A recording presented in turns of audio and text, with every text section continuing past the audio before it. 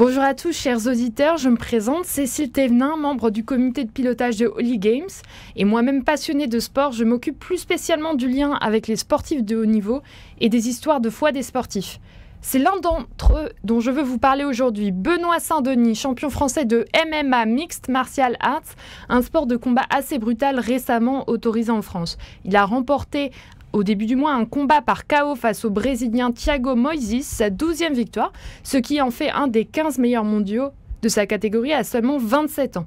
Je suis fière d'avoir été la première à l'interroger spécifiquement sur sa foi chrétienne avec mon collègue Théo pour la revue Mission. Nous avions remarqué son tatouage de croix des Templiers, légendaire latin Sceau des soldats du Christ, et cela a été suffisant pour oser creuser avec lui. J'ai donc assisté à son entraînement dans le sud de Paris. C'était impressionnant de rigueur et de sérieux quasi militaire, ce qui n'est pas étonnant pour cet ancien soldat des forces spéciales.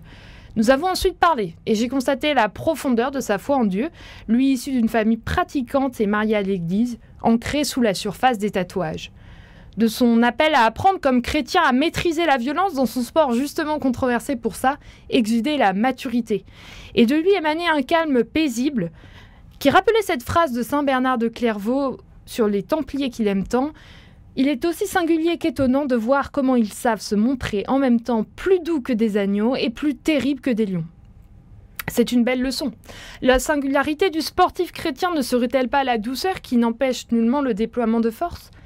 Saint-Denis veille en effet à se montrer le plus redoutable sur le terrain. Je cite l'équipe pour son dernier combat. « Le Français n'a pas fait dans le détail en se jetant tel un bélier dans l'arène parisienne. » Un athlète du Christ donc, et face à un monde incitant soit à débrider, soit à dénigrer la masculinité, il en faut. Donc quelle que soit la suite de sa carrière, déjà si prometteuse, je crois que Benoît Saint-Denis, désormais jeune papa, marchera la tête sur les épaules, tant qu'au milieu des arènes offrant une gloire toute provisoire, il gardera son cœur arrimé en Dieu. Et rappelez-vous, l'Évangile c'est sport, à la semaine prochaine.